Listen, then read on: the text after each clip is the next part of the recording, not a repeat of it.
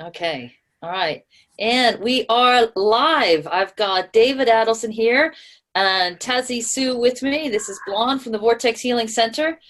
And we're thrilled to have David back again.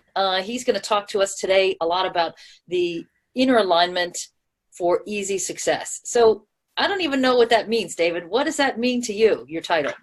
Okay, so I'm going to tell you a story. You'll love the story.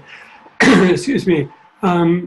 I spent many decades in meditation and in study and physics and consciousness and all this. And then when I finally went to launch my business, I had developed a really good inner guidance system at that point. And what I got told was, just go have fun. Don't worry, just go have fun. So I did.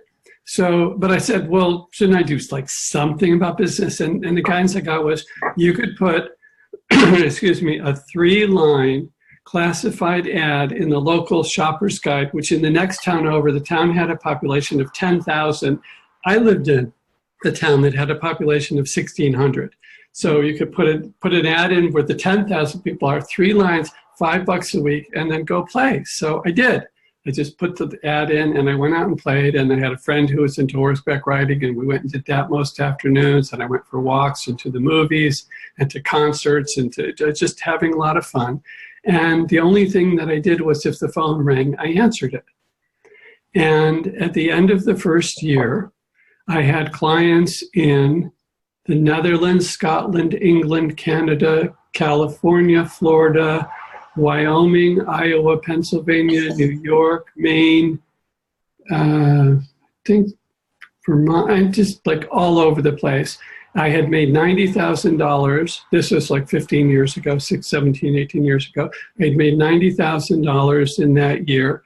Didn't even know it until the person who processed my credit card thing came at the end of the year and said, here's 89,000 has been processed on your credit card plus what you got for checks and everything. I had no idea that was the amount of money I was making. And I never worked, which means I was never on the phone more than 20 hours a week. I took 10 appointments a week that I allowed up to 2 hours for. So I just had a great, so that's alignment. That's people called me. The one ad here. So when we talk about inner alignment, you know, are your clients finding you? There's a line in the Veda.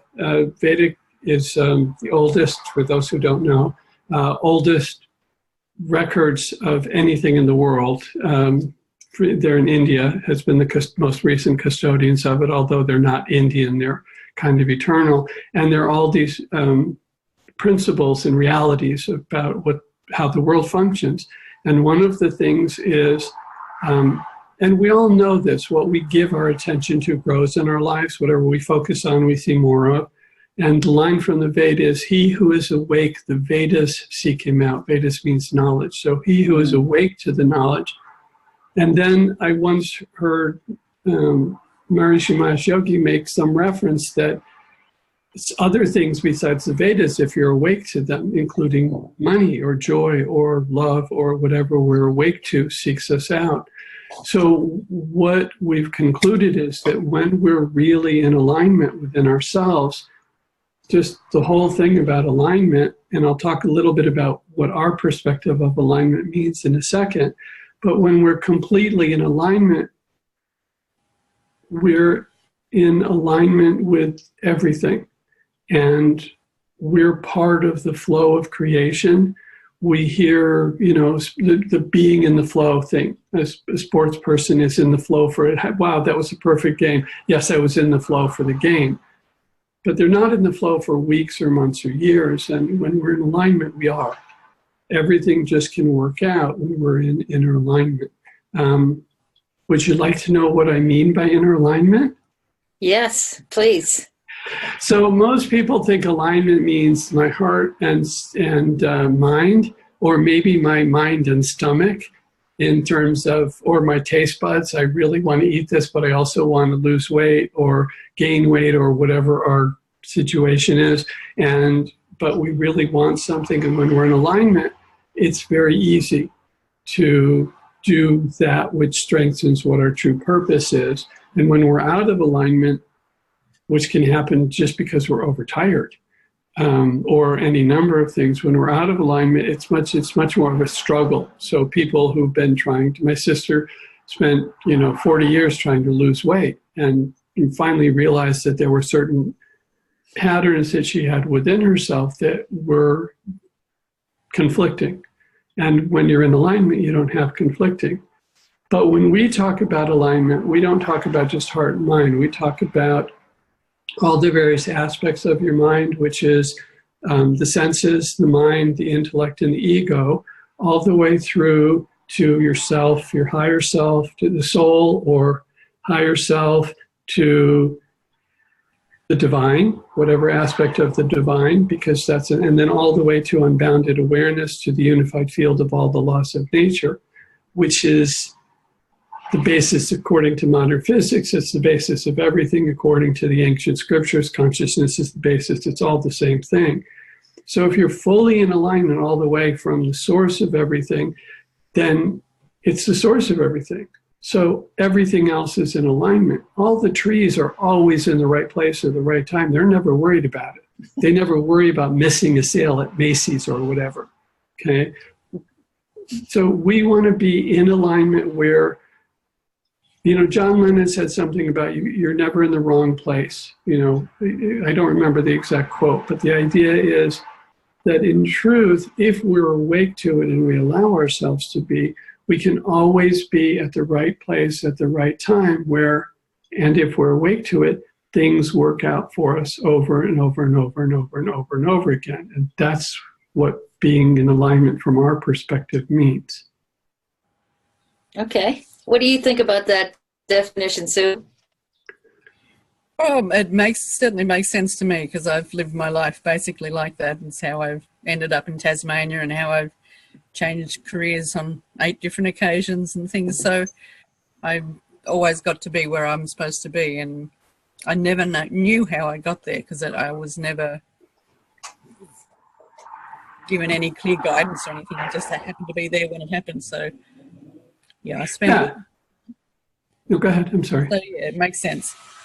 Yeah, that's a perfect example of it. Thank you, Sue, for mentioning that. Is we don't know all the answers. We just turn around and there's the right person. Things just work out. There's this story of Deepak Chopra spent some time with Maharishi Mahesh, founder of TM, the TM technique, who I studied with for a number of years in Europe and in the United States. And Deepak was doing some work with him, and this was, I want to say, almost 20 years ago now, 19-something years ago.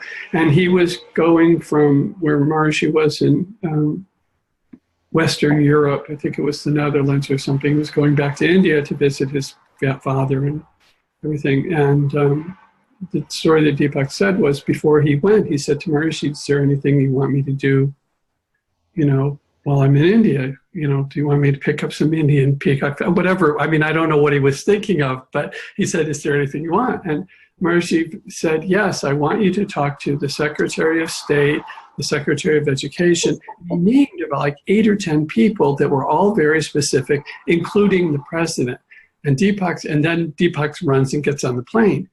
And it's a long flight to India, and the first thing he did was a long meditation program, and he's in first class, I guess.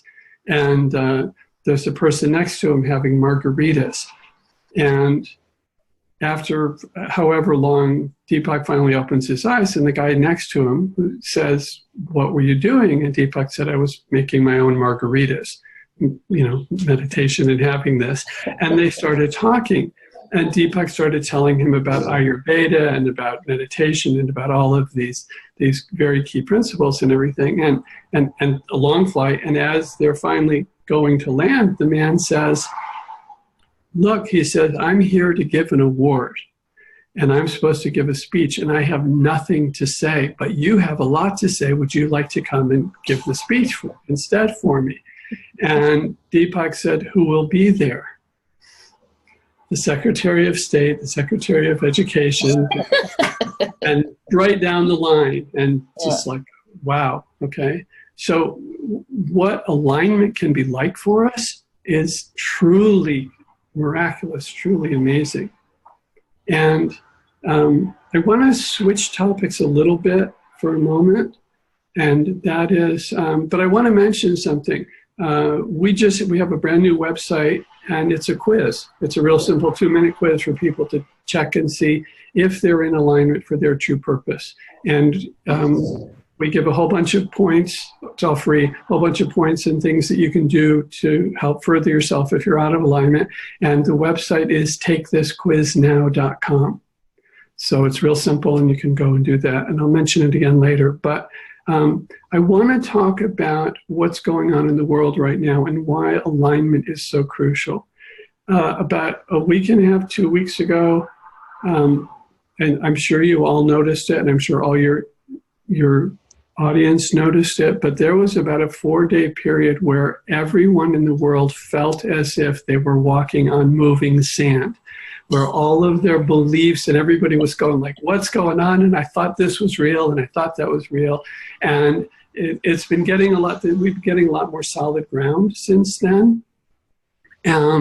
But it's still a very dramatic shift. We got an email, and I know a lot of people that you know, and a lot of people in the audience have heard the shift from 3D to 5D, and that there was a big thing that happened on August 8th that was supposed to formalize a lot of things, and it's been going on, and all of that's real to the extent that our experience allows it to be real, and it's quite significant. And there is, whatever terms we use to describe it, there is a huge global shift taking place. And we can look at it many, many different ways. And the way that one way is the 3D to 5D.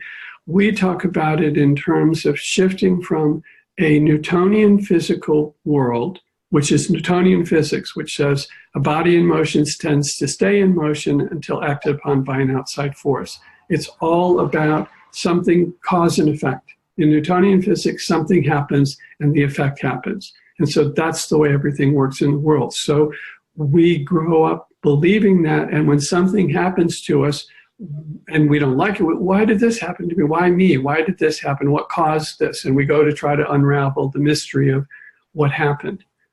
And that's all well and good, except now we're shifting to a world that is based on quantum physics and unified field-based physics. And here's where it gets exciting, because in that realm, things happen for no apparent reason. In unified field physics, you can tickle the absolute over here and it laughs over here. For no reason whatsoever, a photon will appear, move backwards in time, and disappear or split, or all of the whole thing with the Feynman diagrams. Things start happening for no reason. And for our experiences of what's happening in the world, things may just evaporate in our life and we have no idea why. Suddenly our business changes, we lose our job, our relationship with whoever changes, somebody new comes in, just things are popping like popcorn. And it's to a greater or lesser extent, but everybody is going through a reevaluation. And on the deepest levels, what they're reevaluating is what's true and real. I've always believed X, but now my experience seems to be coming at odds with that. And it's because of this change that's taking place, and it's a real change. If you grew up on a train, if you were born on a moving train and you grew up on a train or a boat, your whole belief is the ground is always shaky, there's this rattling noise, or if you're in the boat, there's the motion that's always there. And then if you get off and you get on solid land, suddenly the very basis, and this is the point of it all, Barbara and Sue, the very basis of everything that you believe now starts coming into question. I thought whenever I got up, things were moving by. And it may be just the water's moving by, or it may be trees or cars or whatever. And now I get up in the morning in my bed and it's the same view out the window. Day after day. Am I going nuts? How can that be? It's very, very deep, fundamental belief patterns that we have held for most of us for all of our lives, especially if we're older, it's much more gripping. And we're now going, wait, is this really true? Is this really real? And it's been coming on for a while in terms of it's been a long time I would say about 10 years, where people have really started questioning advertising, where they're really going, okay, I hear what you're saying, but is that what you're really offering? What's the catch? What's the, if I sign up for this, you're going to put me on your email list, and you're starting to be aware of the, behind the scenes thing. So, and now it's coming to be very fundamental. We've believed that the way we stop wars, we blow up countries. Well, yeah, no, that's not what you do. That's not going to solve your problem. The way that we win is we just kill everybody on the other side. That's a good win for us. And yeah, what about karma? What about, it just keeps rolling around. So there's a lot of really profound inner questioning going on for basically everybody on the planet, almost without exception. And except for, pardon? Sorry, except for a lot of politicians. I have seen just, the gap is getting wider and wider. They are still doing stupid things. Yeah. Whereas everybody else is actually reacting to that. Exactly. Getting rid of it. Exactly. So they're just, they're saying sayonara, they're on their way out. Because they're not making the changes that they need to stay current. And I don't know whether they can or not, and I'm not a particularly political person, because I figured that's so transitory that if we take care of the rest of us, that'll work out, But I understand what you're saying is there are people, believe me, they're all questioning stuff too. They just don't necessarily know what to do. If the way that you've done it before is through advertising, I'll come out and I'll put out this campaign and it'll be this, this, and this. I know I'll say bad things about my opponent. It's the way they do it in the US. I don't know how they do it, where you are. But nowadays, that will have the exact opposite effect. If you say bad things about your opponent, a lot of the people in this country are now, because of this fundamental change, going, wait a minute, what are you hiding? Why aren't you telling me about you? Why are you saying, look over there, instead of saying, look at what I got? You're saying, look over there. And that's it's a very powerful technique. I don't know how much I want to go into politics, but I will say this. The look over there technique has been used by the top level of politicians in this country for over a decade and a half, where when somebody would, at some rally or some political talk or something, somebody would bring up some reasonable question. Instead of answering the question, they would point and say, look over there, what about this? In high school, it's the standard thing. If the kid gets asked, well, how does it work at your high school? They just go, rah, rah, my team. And everybody gets all excited about my team, and they stop, and the discussion ends. But I want to get back to this whole point about everybody else is going through where they're questioning things. And if we're not in alignment, we're on shaky ground, because we're given, just as you have, Sue, been given in your life, and I know Barbara has as well, and I know a lot of your audience, there are times where for no reason they know they need to do something. I need to do this, I need to talk to this person, I need to go to the store now, and then something significant happens. We've all had that experience. And the more we're in alignment, the more that happens effortlessly.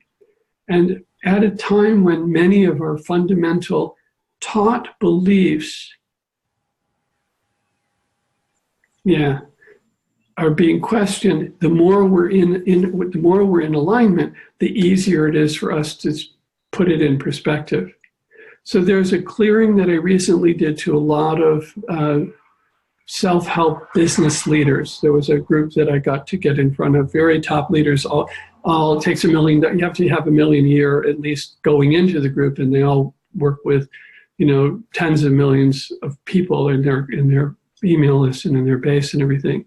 And when I went to go in, it was suggested that we'll skip that part. I went in and I noticed, I was spent a couple of days with them, that they're all doing such good things for the world, but all of them, without exception, were 1 to 3 degrees out of alignment with their own true purpose.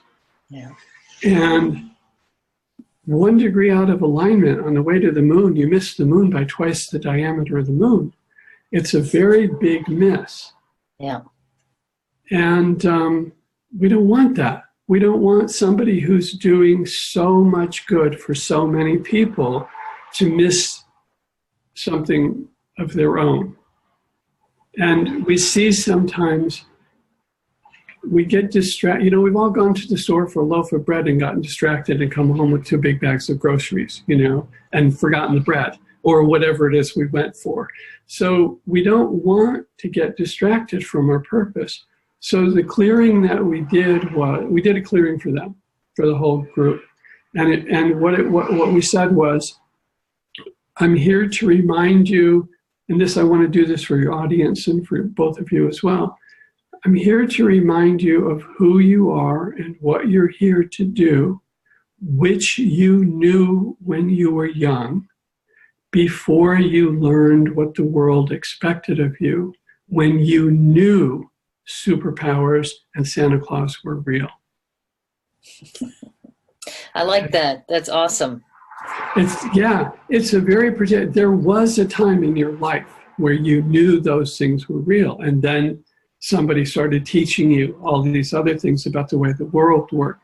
And when you're in inner alignment, it's that all over again. It doesn't matter what you're being told, because the interesting thing, Barbara and Sue, is what the world expects of you was created and designed and propagated on you by, 1, people who were exempt from those roles, and 2, people who did not have your interests at heart. So should I give you a minute to? Well, I'm just thinking because Sue and I are both kind of at a crossroads. Sue's just recently retired and figuring out what direction she wants to go in. And we're looking at saying, I'm looking at saying, do I shift how I do everything, you know, and what role do we create for the Vortex Healing Center? And how do we go forward with that? So we are all, Sue and I, at major shifts at the moment, so. Yeah, and so here's my suggestion to you. Don't look outside. Only look within for the answer, because that's where you're going to find what you need to know. And as Sue pointed out before, so many times she didn't know what, she knew she needed to do something, she didn't know what it looked like, she didn't know how to get there, she didn't know the mechanics or the steps. But if you don't mind my saying so, you're on screen right now, Barbara, so I'm looking at you. And if I look at your alignment, you're like this. There's just a little glitch there. If you can know that and then intend to smooth it out, a lot of your questions will evaporate like that. Because you do know what you're supposed to be doing, and you do know where you're supposed to be. And then once you have that in alignment, manifesting it in your world is more about getting out of the way than it is about doing. More about going and playing with the friends who ride horses and just answering the phone when it rings. Yeah. It's much more about that than you think. And this is going to be true for a lot of people. And when Sue gets on, if she has some questions, I can go right now. I can see. So if you hit she's small up in the corner, so I can't get a good. Hit gallery view. Click that button, and you'll see her. Oh, that's right. I forgot I could do that. Okay. Yep, Sue's here. Oh yeah, she does have a. So the question before you, Sue, is: do you want to retire and do you want to retire and take it easy and enjoy rewards for the rest of your life, or do you want to jump back into the fray? And you have that. I want to take it easy at the moment, but I know there's still more in store. There's a lot of stuff developing behind the grandmother scene, and hopefully through the Vortex Center too. And I want to just be available and open to it when it pops up. For what it's worth, I'm just going to express and do whatever you feel is best, as I always encourage everyone to do. great line from the Vedic literature after people go and they go to the great sage or whatever and ask the question, and then the sage tells them all whatever it is for many pages or whatever, and parables or whatever. And then at the end they say, okay, now that you know, do what you think is best, and just freeing off their, and then they often go to somebody else and ask that person too. I'm going to just suggest you lean into doing less and enjoy that. And I think you'll find that some of the quote unquote action steps are very small and very significant at this point, that you become available, and you'll be able to do in an hour what used to take 3, and just allow it to unfold that way, that you'll just realize, oh, that was all I needed to say. I'm done with this call. I'll talk to you later. Or just listen, and I think, yeah, there we go. Okay, little shift there. Lovely. Thank you. Cool. You're welcome. So, yeah. So the whole thing about being in alignment is if we're in it. So I wanted to say this about learning what the world expected of you, and why at this point, when we're all feeling on shifting sand or that things are shifting, we want to let go of those as beliefs. And here's a perfect example of why. Right now in the United States, Congress, which is the big body that makes all the laws for everybody for the entire nation, made up of 530 some odd people between the Senate and the House. And these people make all the laws, including the laws about women's rights and abortion and the minimum wage and all of these things, okay? So these people make these laws that affect the other 300 plus million people in the country. And the laws that they make are, they take money away from Medicaid and insurance and everything to do with health. They're taking the money away from that. They're taking the money away from education. They're taking rights away from women. They're doing all of this stuff, which is exactly the opposite of what most people want, which is the point that you brought up about not being kind of currently aware. They're doing all of these things, but they have the best health plan in the world that they have. So the rules that they're making are, you can't have, we won't pay for your hip replacement, but I can have anything I want as far as health, and so can my family. They have a retirement plan that is outrageous of how much money they make every year for the rest of their life. They give themselves raises all the time that they won't allow for the general public. They only work half of a year, and of that, only so many hours a day, and they get to tax write-off and all their traveling for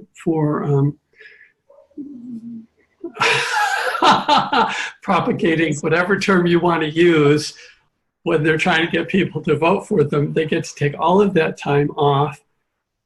So their lifestyle and their economics earnings based on what they're purporting for everybody else is completely unrelated. So these are people who are not well-wishers of the people, who are making decisions that they are exempt from, and then telling us that you don't deserve to earn more than whatever it is, X dollars an hour right now. Now, and they're not new. This has been going on. When you look at the lords of the castles or the church, when the church was the wealthiest organization on the planet, and we're talking a couple hundred years ago, whatever that was, what was their sales pitch? You'll get your rewards in heaven. I'm sitting on a crown of gold and wearing the most expensive jewels in the world with the biggest private library ever that I'm never even going to let you in. But you have to give us your last penny and you'll get your rewards later. Okay, or the Lord of the castle says, hey, I'll protect you, but you got to give me all of this stuff. Given all of that, David, how do you help people create that inner alignment? Perfect. One of the first things is exactly what we're doing now. We're reminding you, thank you for asking this.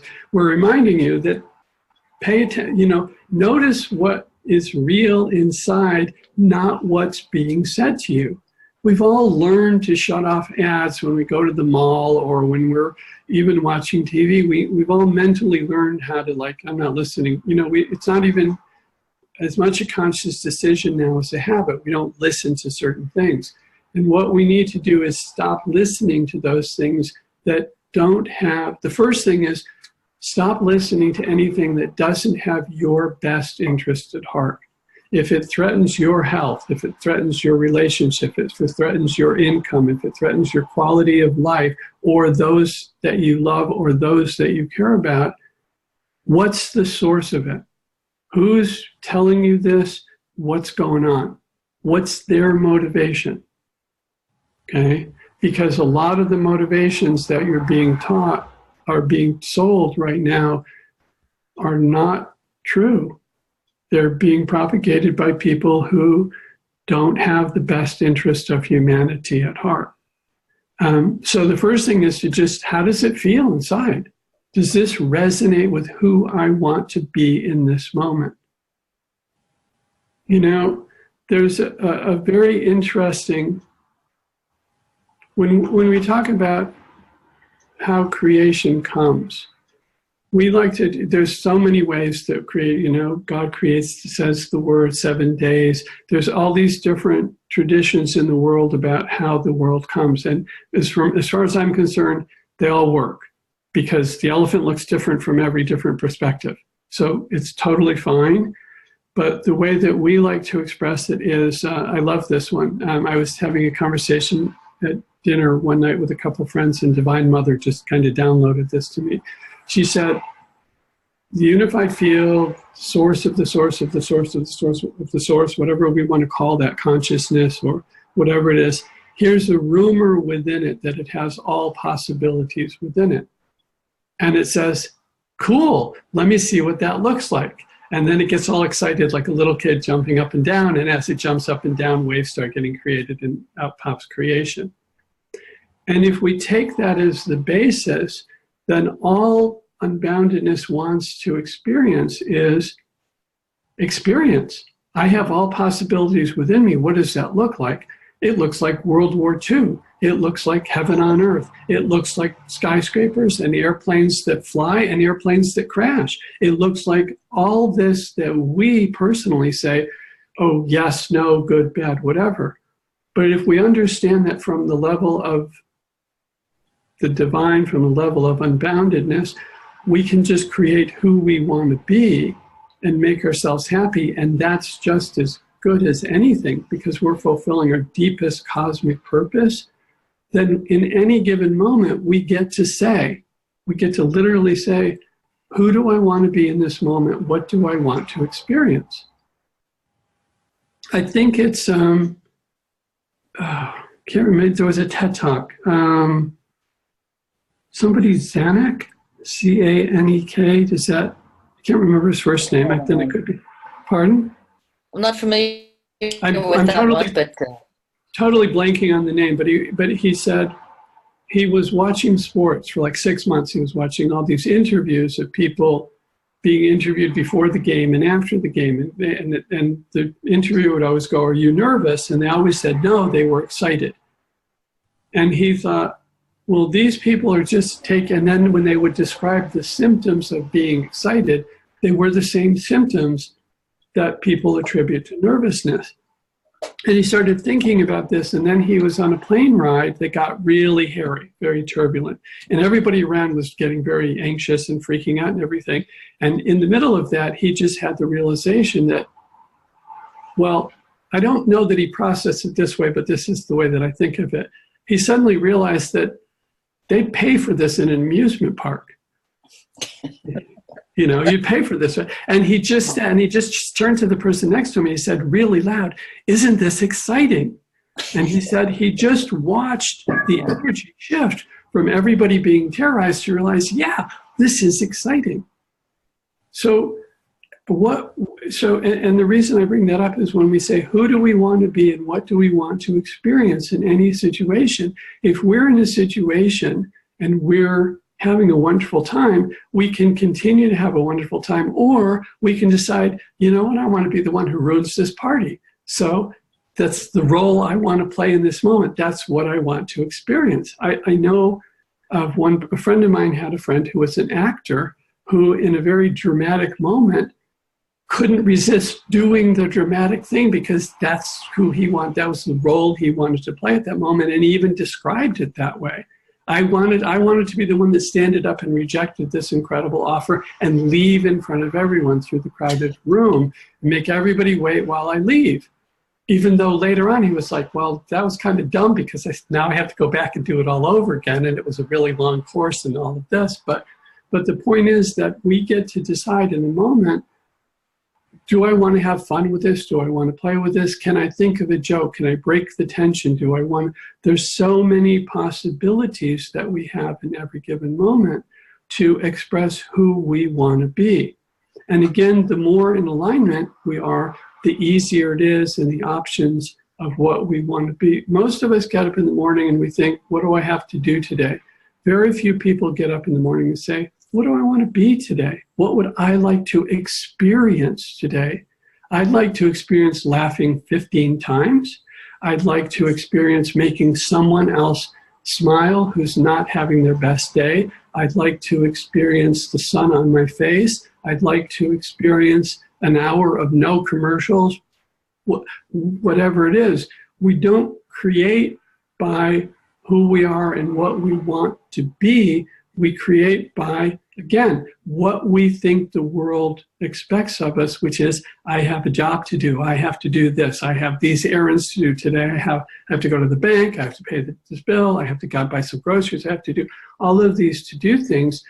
And maybe those are fulfilling, but even if they are we noticing that they're fulfilling, or are we just doing them and checking them off the list? At the end of the day, I had a good day is based on what I got done, not how I felt. Yeah, absolutely. So I wanted to give you, do you have a minute now? We can talk about some of the programs you've done in the past. Sure. Some of your, for example, your Silent Peace and Harmony download. I wanted to just share with you 2 stories about that and how powerful that is. That's why I tell everybody to go look you up and go find you, because the work that you're doing, even with your free downloads, is so impactful. I was playing that. I had that downloaded on my phone, and my brother was visiting from Texas with his daughter, who's had just graduated from college, and they were playing that, kind of spoiled child and father having those little nagging little arguments in the car.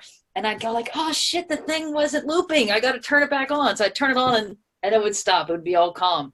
And we're driving further. This is long rides here, just doing tourism things here in Tasmania. And then it would start up and I was like, oh darn, it didn't loop. I got to hit the button again, or I got to call, and it stops playing automatically.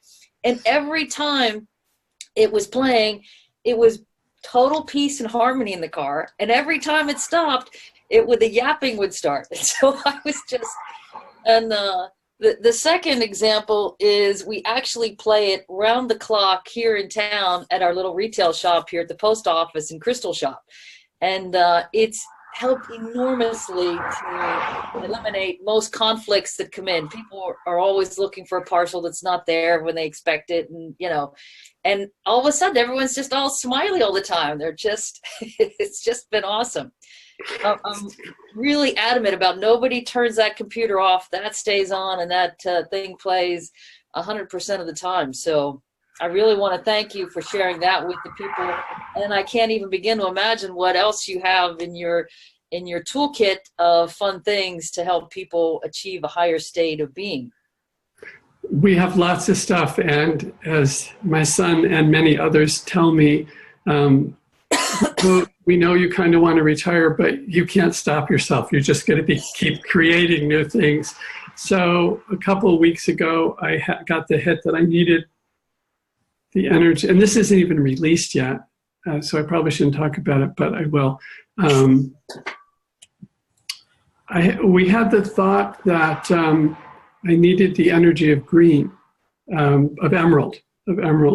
And I don't know, I assume they're equally expensive there as they are here. So it's not like, oh, I found some pocket change under the couch cushion and I'll go buy an emerald. It's more like, oh my God. And then the information came that you can get the divine energy of emerald. And then the whole thing started going, and by the way, you can get the divine energy of pearl, of ruby, of all of these different things. And in India, Jyotish is astrology, and the whole point about it is that they do based on your birth or when you start your business or whatever. They come up with predicted patterns that are likely to occur. And some of those are obviously good and some of those may not be as good.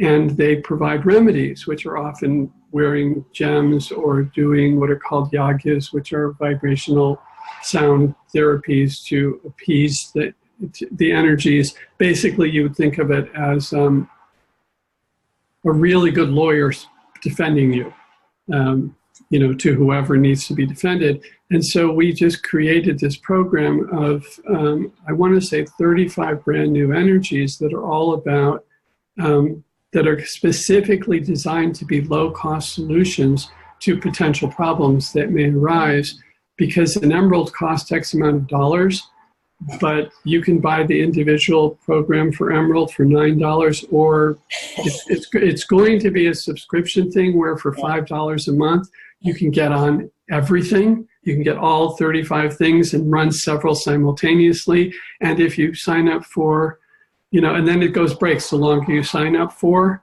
you get more. And the longest one we ran out is for $199. You can be in it for 20 years, which is like 40 some odd cents a month, and have access to all of this stuff, which is way cheaper than an emerald and a ruby and a pearl. So, and then after that came out, something else came out this week. I don't even remember what it is. So we're constantly coming out with new things. We have a great video right now that's on the homepage of davidadelson.com, which is about a 7-minute video and it's a clearing on how to be happy. Just here's 10 points that to integrate. And as you're listening, so we encourage people to listen to it like once a day for a week or something, it clears the blocks that you have that might be preventing you from doing some of the action steps in there. Excuse me, some of the action steps in there. So Sue, I know you had some questions about how David comes up with all of these programs, including the silent programs, and what was your question? Well, not really. I was wondering whether you actually just program it with intent, or how do you get that into the silence? Yeah, the simple answer is it's a gift, and don't look it in the mouth. I don't, but I do understand that. Of course, it's occurred to me that why can't somebody else do this, and the answer is they can't. That I've seen recordings of, how do we want to say this? There are some people, I'm very blessed with some of the gifts that I've got, with a lot of the gifts that I've been given, and I'm eternally grateful for them. It's been very awe-inspiring. But I'm also aware of how many thousands, if not hundreds of thousands, if not, it might be millions, but it's only a few million, amazing people there are on the planet with so many gifts, offering so many ways for, I'm going to use the term righteousness, for life supportingness, for the good of all, for well-wishing. There are so many things, and I know you know a lot of them because of the work that you do, of people who are just well-wishing life, whether it's the planet or and I am a big supporter of all of that. I just, if somebody else has something that works, I refer my clients to other people sometimes because that will resonate better with what they're trying to do. Some people, I'm going to tell you a little thing. I hope it doesn't open too big of a can of worms, but all experiences, so Patanjali, who created the Yoga Sutras, cognized whatever the term is, Yoga Sutras, which is where yoga comes from. Okay, so he analyzes in the process of the Yoga Sutras all of the possible experiences that we can have, whether it's a sense experience of smelling or tasting or memory or sleep or dream. He goes through all the possible experiences, and he concludes that all experiences, that all it is modifications of the mind, that any experience is the modification of the mind. And with that in mind, we realized that one can modify the mind to change the experience. So when we look at that, on that level of understanding, and the proof of it is this: whatever you're experiencing right now, the wall behind us, what's in front of us, the desk, me, the other person on the call, if it's Barb and Sue and Barbara, or the people in the audience, whatever they're looking at, whatever they're experiencing now disappears when they go to sleep. Non-existent, not there. Okay, and whatever they're experiencing now is not what they experience when they go to sleep. Because when they go to sleep, they could be a fantastic guitar player and be completely clueless what to do when they're awake, you know, bouncing on the moon, whatever happens when we're asleep. And yet someone else looking at them sees their body right there on the bed, but they're not aware of that room. Some modification has taken place in the mind. Well, if all our experiences are based on, the bottom line of it is modifications of the mind, then any change of experience is just basically changing our minds. So how long does it take to change your mind? So we discover fire. Oh boy, warm. I was cold and now I'm nice and warm and this is great and I can toast marshmallows and heat food. And then we think fire is great. I love fire. Fire can do no wrong. And then we stick our hand in the fire and suddenly we have a very different modification about fire. Okay, we can change our mind like that. When we move, if we're living in one place, and Sue's going, we're all going through transitions right now of whatever type. When we move, the motto we live in, our mind is, the bed is here, the bathroom is here, the grocery store, I go this way to go to the grocery store. All of these things are in the mind. And when we move, we have to change our thinking. The bathroom's not where it used to be. I can't get up in the middle of the night and walk the same way. I'll walk into a wall or it'll be the kitchen or another bed or whatever. The grocery store is not the same. Even if we just move next door, it's different. It's completely different. So, and the adjustment that we make is changing our mind. That's the only adjustment that's happening, or something has shifted and we change our mind. We change what we believe and what we expect about it and we experience it. Now, all healing modalities at their basis, get this, is just an excuse to change your mind. So for some people, they can go up to somebody who just taps them on the forehead and, my God, I'm healed. And for somebody else, they need surgery. And everywhere in between. That whatever, and we know this because there is I don't know in other parts of the world, but there is a whole division of health of doctors in the United States focusing on one particular disease, something to do with the lungs, if I remember correctly, where they don't have an answer. So 60% of the doctors prescribe placebos for the people who have this.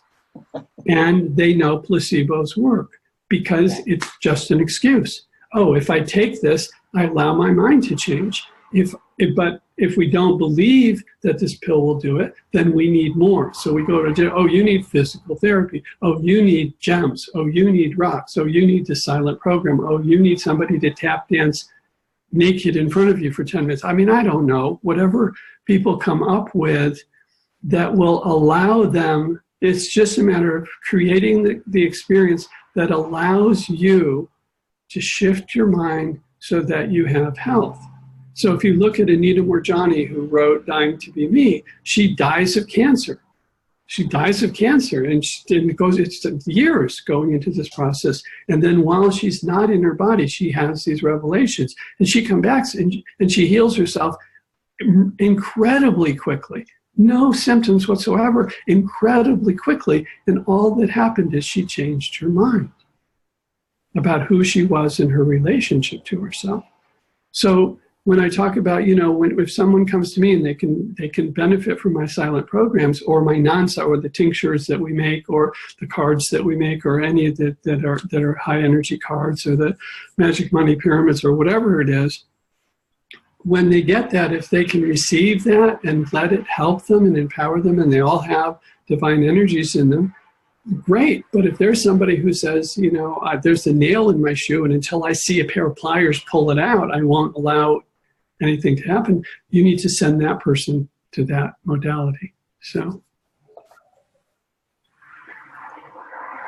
Right. So what And else do you have for us today, David? What else can we do?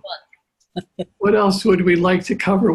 Jokes are always good. I'm a really big believer in humor. I can never come up with one on the spot, though. I'm sorry, I don't do that well.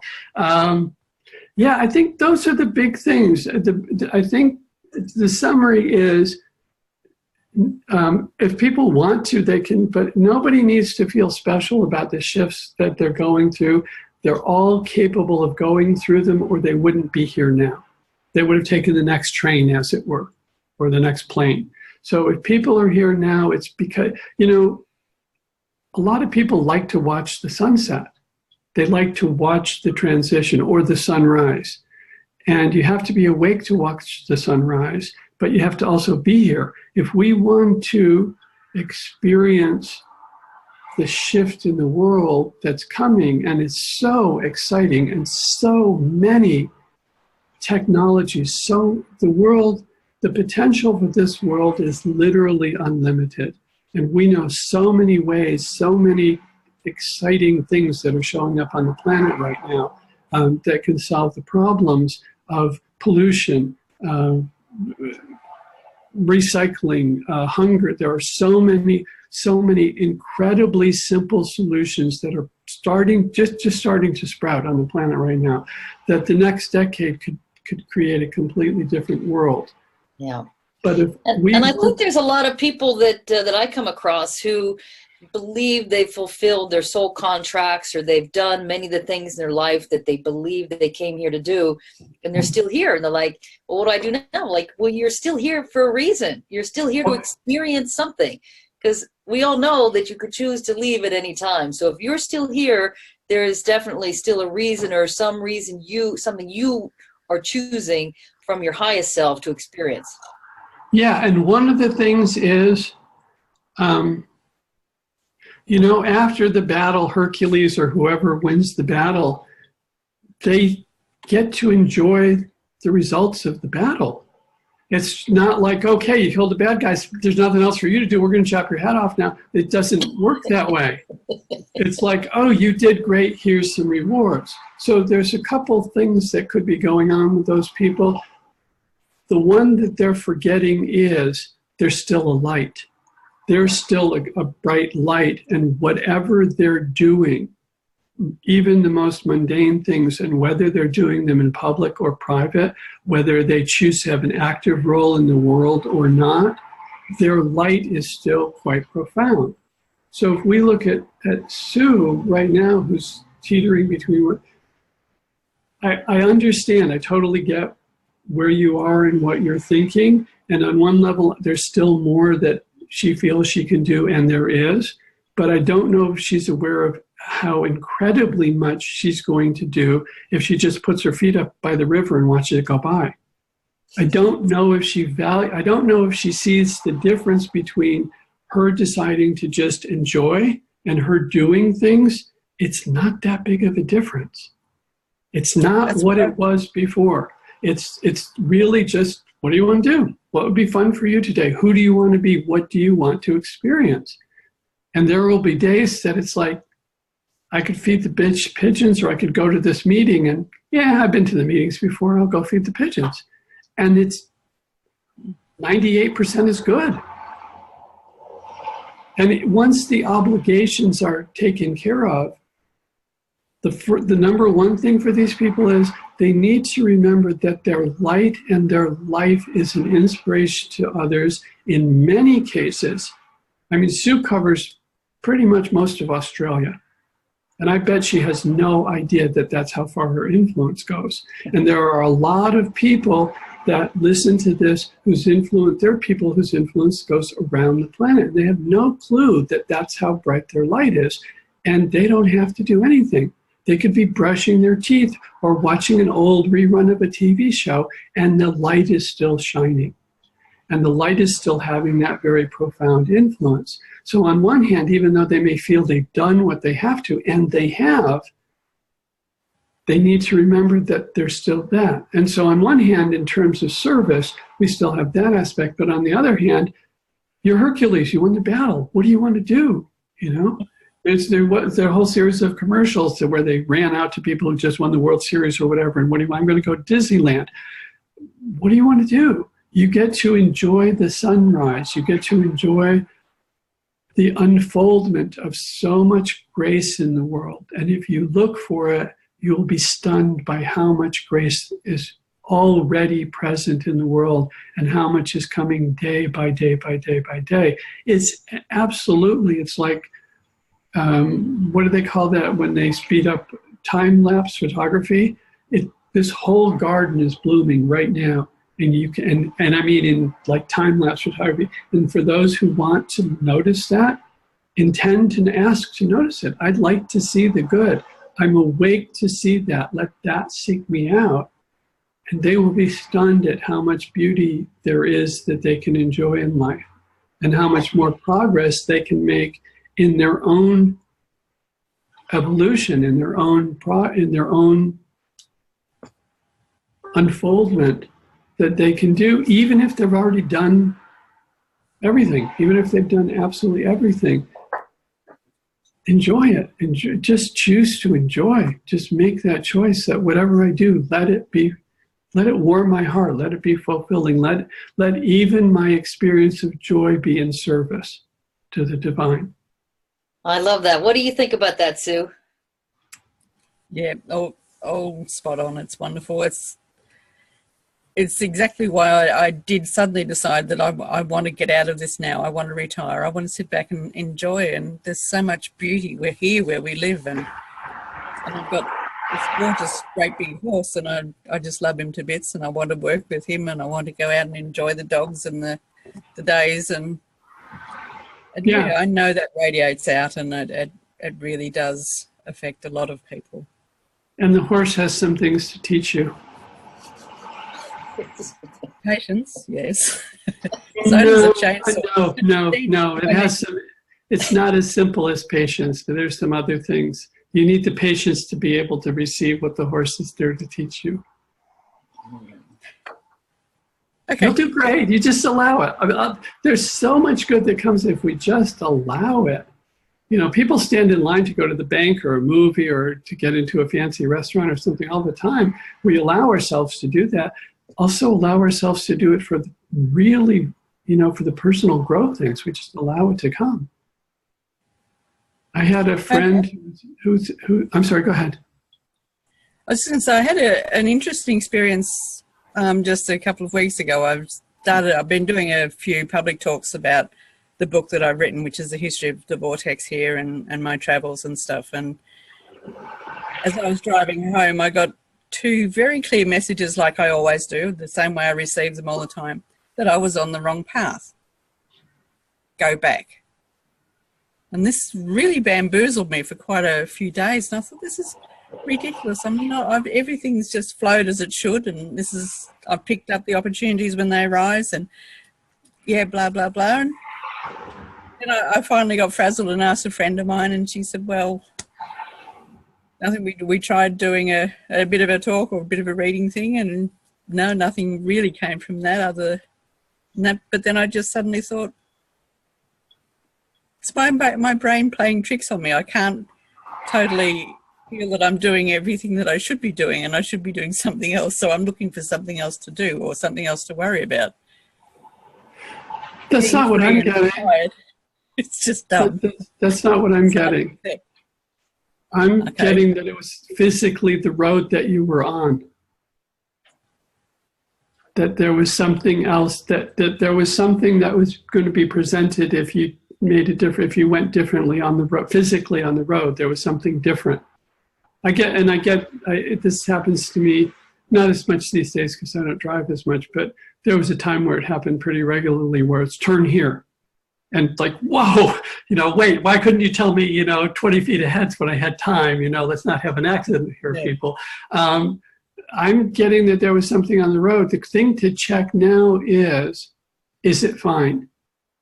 Just, is everything good? Is there something that I need to go pick up that got left on the road? Because I think there's some energy there that's still there for you. So wherever it was. Like a little treasure hunt.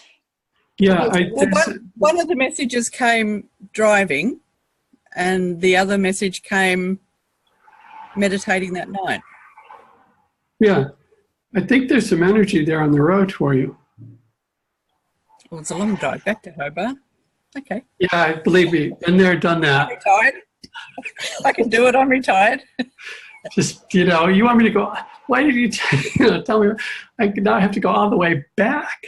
There are, and sometimes it's just, learning to pay attention and value that very quiet guidance from within. That's, again, true alignment is we have the world shouting at us, what the world expects, shouting at us, do this.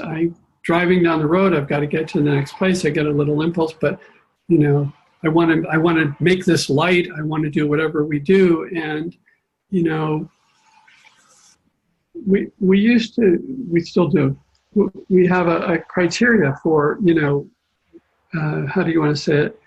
If you're in true alignment with who you are and what you will do, and you're walking down the road, and somebody on the opposite corner of the intersection yells, "Come over here and I'll give you $1 million," that unless your alignment is to get $1 million, it's a horrible mistake to cross the street to get $1 million, even though from what the world expects of us, wouldn't $1 million make it a lot easier to do what I'm here to do? Absolutely, it would make it a lot easier. But think about it. If we go to cross the street, can you think of maybe 5 horrible things that could happen that would prevent you from ever finishing what you're doing? We step off the curb, a bus hits us, okay? And then we're dead. Well, that makes it, I don't know about you, but I have a really hard time when I'm dead doing certain things, playing with the kids. It would be a lot harder. It's a lot harder. It's a lot harder. I mean, yes, you can do other things, but if you're trying to do what you're doing, or even if you make it across, or you get partway across and you get hit, but you end up in the hospital for many months, and maybe you get amnesia, or maybe you meet somebody who's in the room with you for months, and they start feeding you not untruths, and you just get warped, and then you spend, and if you're lucky, it only takes you 12 years to get back to your path. Or you get over and get the $1 million, and as soon as you get this $1 million, some real hottie of the opposite sex sidles up to you and says, "Gee, I'd like to be part of the life that includes this $1 million," and they take you off down a side street. There are so many things that can happen if we aren't really clear, and yet learning to listen to that voice for most of us is a leap of faith, because we have this quiet voice who tells us to do something that in some cases just flies in the face of everything that we know. And it's very quiet, and it's a very silent voice, and there's no one to check it with. Although if you're in a circle of people that resonate truth, you can often check with people, but sometimes it's right there on the spot. I have to do it right now, and who am I going to ask, So, and it's, because of the nature of it, it's in an abstract realm, and we're used to the concrete walls. Bangs the computer or whatever. We're used to the concrete, but one of the precious things about this time is that as this shift is taking place, whether 3D to 5D or Newtonian to quantum physics, whatever we want to call it, as this is taking place, those things that we believe to be true are evaporating, and because those are evaporating, it makes it easier to believe that which comes from within. It's not necessarily louder, but it's less challenging. It's now we start feeling a little more, well, it's not that outrageous for me to stand up and say this, or to go to this store, or where it used to be, oh my God, I would never, ever, ever, ever, ever do that. So this idea of finding our alignment, the more we can get in alignment, the better for ourselves and for others, because then we're a lamppost, we're a pillar, we're a lighthouse that allows others to find their way. Anyone who works with light, and by light, divine grace, by anyone who works in it, should never, ever, ever, ever, ever underestimate the influence they have for the benefit of the world, even when they're having a bad sick-in day bed, even when they're having a, oh my God, everything is going wrong today, I'm working off a lot of karma, whatever the term is, even when they're having what they consider, this is a really worst, I'm not going to swear, the worst day experience, even when they're doing that, they are still lighting up houses nearby, blocks away, depending on their influence, and further away. And well, I think there are a lot of people who needed to hear that, David. I really appreciate you sharing that with us and with our audience. Yeah, it's really important that people just get that part of your job is simply to be here. Yeah. And even, I just would like to point out now that even just talking to you and listening to you now, that message that I was on the wrong path, as soon as I changed my reality or my mind set on that, when you, a minute you said it's on the road, and I thought, well, it's not me personally. If I look out, I think, well, okay, it's what's been bugging me since I got back. It's that I should have had a greater connection with the woman I stayed with, and I've just felt like something's been missing. So now I find the answer, and I've proved your theory for you. I've just done it within the talk. Thank you. Well, you're very welcome. You know, we forget to ask, seriously, we forget to ask for what we want. We're so caught up in the doing, and we're so caught up in, I'm going to say it one more time, what the world expects of you. It's really important that we recognize that what the world expects of you has just been shattered. That's what's going on in the world, that it's been completely shattered. You know, I'm going to mention one thing. There are certain principles that we feel that when they happen will indicate basically the shift is virtually almost over. And one of those shifts is when everyone on the planet recognizes that they don't have to work for a living. When everyone recognizes that there's enough here for everybody and I don't have to go out and use my creativity to find a job, I can just paint or play with my kids or whatever it is, and that the stuff will be there because it will be there. We're all very well cared for.